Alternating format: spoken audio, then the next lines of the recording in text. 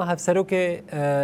کنگره نتوی کردستان کنه که احمد قرامز گفت گو هگر کرد ایدی کرزیا خو آوانکن و روجاوا ایدی جدست هره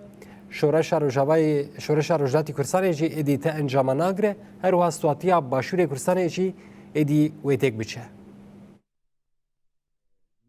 جواتا گشتی بس لسر کار و خباتین کنکه کو شروع و نرخاندن و قصه و بریار به ورگرتن ده همان دمه ده بمبستا شیورمندیه که نتویی بو سببا کو ما او مجاره لسر زیده کر او بو کو ده روژوا جواتا گشتی ده هن خالین به تایبت هبون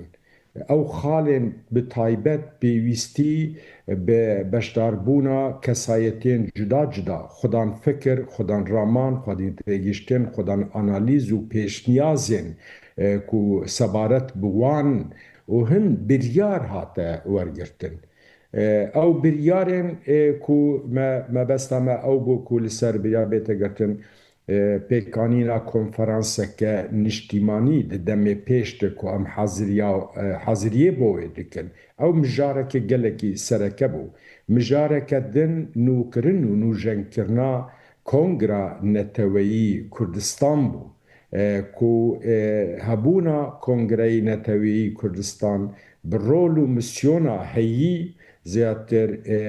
کو کاربه د دمین پیش ده برسیوا پرسو پرسکره کو رودانین کل هرمه کو جیب جید به یاجی ده قومه پیویست کو کنکه جروشک و هاره که وک سازیه که فرمی یا کردستانی به پشتگیریا هیزن همو بشین کردستانی هیزن سیاسی ریخستن سیاسی سازین جواکی کسایتی کو ام سرلیدانکه بو قبول کرنا سرلیدانکه بو نتوین یک بویی کو نامه که سکرتری گشتی یه نتوین یک بویی آنتونیو گوترس ربه پیاما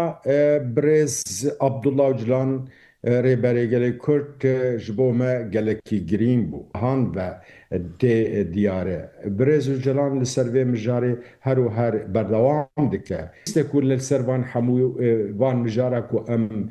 راوستن و ام جواتا گشتی لسروان مجاره راوستیان ایجا تشتا انجاما کو ام گهیشتینه به ev bu yerên ku li tevaya rojhilata naveras ku rû didin destkeftî û hebûna gelê Kurd di vê qonaqê de bi çi encamî em ê sûdê jê wergirin, qebûlkirin, hebûn, nasname, ziman bi hemû rengî de pêwîstiya me bi hevkarî û hevahengiya me heye. Dijberiya hevdû, zimanê diragihandinê de, di medya civakî de, ku rojane, di çalakiyan de, li qad û meydan û kolanan de ku xwe pêşandan û çalakiyê tê kirin, î de em zimanekî welatparêzî